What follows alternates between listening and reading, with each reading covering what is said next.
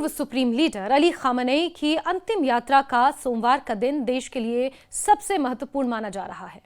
राजधानी तेहरान में आयोजित इस अंतिम यात्रा में करोड़ों लोगों के शामिल होने की संभावना जताई गई है। ईरानी प्रशासन के सामने सबसे बड़ी चुनौती यह है कि साल 1989 में पूर्व supreme leader Ayatollah Ruhollah Khomeini के अंतिम संस्कार के दौरान हुई भीषण भगदड़ जैसी स्थिति दोबारा पैदा ना हो। उस ऐतिहासिक घटना में भीड़ इतनी बेकाबू हो गई कि 10 से अधिक लोगों की मौत हो गई थी। 10,000 से ज्यादा लोग जख्मी हुए और हालात इतने खराब हो गए कि अंतिम संस्कार की पूरी व्यवस्था प्रभावित हुई। इसी अनुभव को ध्यान में रखते हुए इस बार सरकार ने सुरक्षा और भीड़ प्रबंधन के व्यापक इंतजाम किए हैं। अयातुल्लाह अली खामनेई के निधन के बाद पिछले 2 दिनों से तेहरान स्थित ग्रैंड मुसल्ला मस्जिद में उनके पार्थिव शरीर को अंतिम दर्शनों के लिए रखा गया था। उनके साथ उनके परिवार के उन सदस्यों के ताबूत भी रखे गए थे जिनकी 28 फरवरी को अमेरिका और इजराइल के हवाई हमलों में मौत हुई थी। हजारों की संख्या में लोग मस्जिद पहुंचकर श्रद्धांजलि अर्पित कर रहे थे। लगातार बढ़ती भीड़ को देखते हुए प्रशासन ने सुरक्षा व्यवस्था को कई स्तरों पर मजबूत किया और लोगों की आवाजाही को नियंत्रित करने के लिए विशेष प्रबंध किए। सोमवार सुबह 6 बजे से ही अयातुल्लाह अली खामनेई की मुख्य अंतिम यात्रा शुरू होने जा रही है। आयोजकों के अनुसार यह यात्रा पूरे तेहरान शहर से होकर गुजरेगी और लगभग 10 से 12 घंटे तक चलेगी। अनुमान है कि यह ईरान के इतिहास की सबसे बड़ी अंतिम यात्राओं में से एक साबित हो सकती है।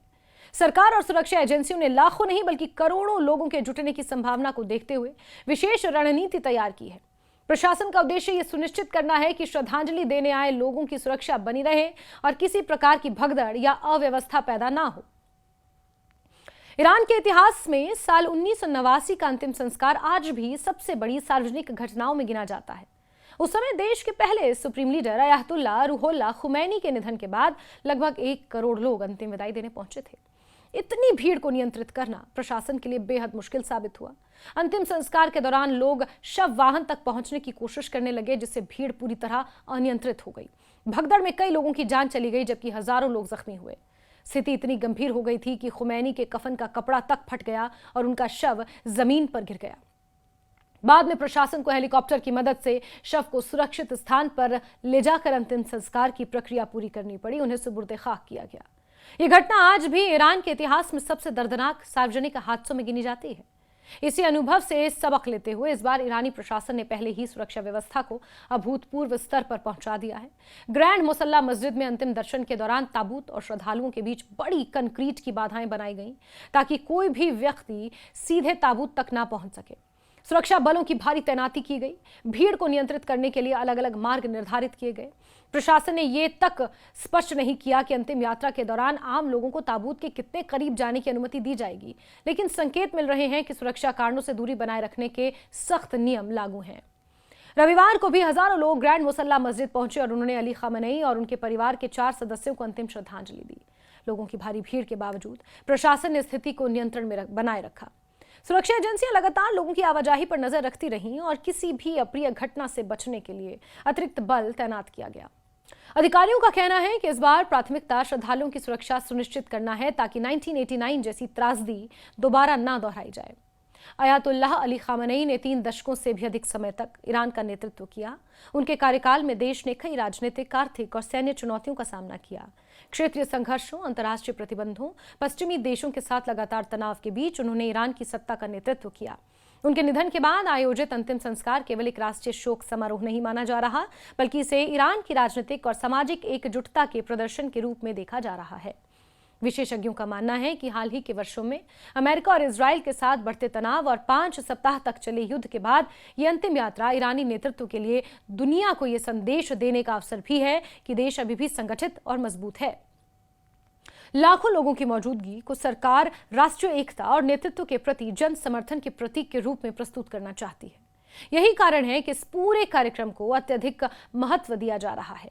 अंतिम यात्रा केवल तेहरान तक सीमित नहीं रहेगी। सोमवार को राजधानी में मुख्य कार्यक्रम के बाद मंगलवार को धार्मिक शहर कोम में श्रद्धांजलि सभा आयोजित की जाएगी। इसी तरह ये जो शोक सभाएं हैं ये 9 जुलाई तक जारी रहेंगी। इसके अलावा बुधवार को ईरान के पवित्र शहर नजफ और करबला में भी विशेष धार्मिक कार्यक्रम रखे गए हैं, जहां बड़ी संख्या में श्रद्धालु और धार्मिक नेता शामिल होंगे। अंततः गुरुवार को उत्तर पूर्वी ईरान स्थित उनके पैतृक शहर मशहद में अली खामनेई को सुपुर्द खाक किया जाएगा। इस पूरे कार्यक्रम को कई दिनों तक चलने वाले राष्ट्रीय शोक समारोह के रूप में आयोजित किया गया है। अंतिम संस्कार के दौरान एक और महत्वपूर्ण बात चर्चा का विषय बनी हुई है। रविवार को अयातुल्लाह अली खामेनी के 3 बेटे पहली बार सार्वजनिक रूप से दिखाई दिए और उन्होंने श्रद्धांजलि कार्यक्रम में हिस्सा लिया। हालांकि मुज्तबा खामेनी अब तक किसी भी सार्वजनिक कार्यक्रम में नजर नहीं आए हैं, माना जा रहा है सुरक्षा कारणों के चलते। मुज्तबा को उनके पिता की मृत्यु के तुरंत बाद नया सुप्रीम लीडर बनाए जाने की खबरों के बाद उनकी अनुपस्थिति लगातार चर्चा का विषय बनी हुई है। ईरानी अधिकारियों के अनुसार मुज्तबा खामेनी 28 फरवरी को हुए हवाई हमले में घायल हो गए थे। हालांकि उनकी चोटों की गंभीरता के बारे में अभी तक कोई आधिकारिक जानकारी दी नहीं गई है। इसी कारण वो अब तक सार्वजनिक रूप से सामने नहीं आए हैं। उनके स्वास्थ्य को लेकर विभिन्न तरह की अटकलें लगाई जा रही हैं, लेकिन सरकार ने इस विषय पर सीमित जानकारी ही साझा की है। इस दौरान एक और महत्वपूर्ण घटनाक्रम सामने आया। 28 फरवरी के हमले में मारे गए पुराने कमांडर के स्थान पर नियुक्त किए गए रिवॉल्यूशनरी गार्ड कॉर्प्स के नए प्रमुख अहमद वाहिदी भी रविवार को अंतिम संस्कार कार्यक्रम में दूसरी बार सार्वजनिक रूप से दिखाई दिए। पूरे युद्ध के दौरान वो सार्वजनिक मंचों से लगभग गायब रहे थे, इसीलिए उनका खुले तौर पर कार्यक्रम में शामिल होना भी राजनीतिक दृष्टि से महत्वपूर्ण माना जा रहा है। इससे ये संकेत देने की कोशिश भी देखी जा रही है कि ईरान का सैन्य नेतृत्व पूरी तरह सक्रिय और देश की सुरक्षा व्यवस्था मजबूत बनी हुई है।